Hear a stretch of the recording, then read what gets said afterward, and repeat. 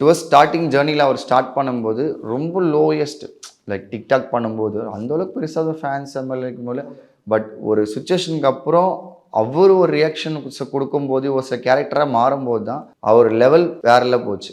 அதாவது fans follow பண்ணுறது கொஞ்சம் அதிகமாச்சு டிக்டாக்ல. அது முடிஞ்சு அப்போ இந்த லைக் நடுவில் டிக்டாக் பேனன்னு சொல்லும்போது அதுக்கப்புறம் அவர் இன்ஸ்டாவில் லைக் ஸ்டார்ட் அப் பண்ணும்போது கொஞ்சம் லோவராக தான் இருந்தது. பட் ஆல்மோஸ்ட் இன்ஸ்டாவில் இருக்காரு. பட் டுவர்ஸ் இதில் பண்ணுற வீடியோ நம்ம ஆப்போசிட் நம்ம ஷேர் பண்ண லைக் அதுக்கப்புறம் தான் நமக்கு இன்ஸ்டாவில் நமக்கு வந்தது ரீச் வரும்போது லைக் நம்ம ரீல்ஸ் பண்ணுற அளவுக்கு இன்ஸ்டாவில் கொடுத்தாங்க. அதுக்கப்புறமே தான் டம் ஸ்மாஷ்க்கு அப்புறம் கொடுத்த விஷயம் தான் அது. ஸோ அப்போ தான் வந்து பார்த்தீங்கன்னா நமக்கு அதில் போகும்போது அவ்வளோ நல்லா ரீச் ஆயிருந்துச்சு. அவரோட இப்போ இயர்னிங் ஒரு மந்த்லி வருமானன்றது பார்த்தீங்கன்னா ஒவ்வொரு ப்ரொமோஷனுக்கு என்னவோ அந்த ப்ரொமோஷனுக்கு ஏற்ற மாதிரி தான் அவருக்கு இன்கம்மே. ஓகே, அந்த மாதம் ப்ரொமோஷன் வந்தால் மட்டும் தான் காசு, இல்லைன்னா காசு இல்லை. ஆமாம், அது எப்படியாச்சும் வந்துடும் ஒரு மூவியோ லைக் ஏதோ ஒன்று.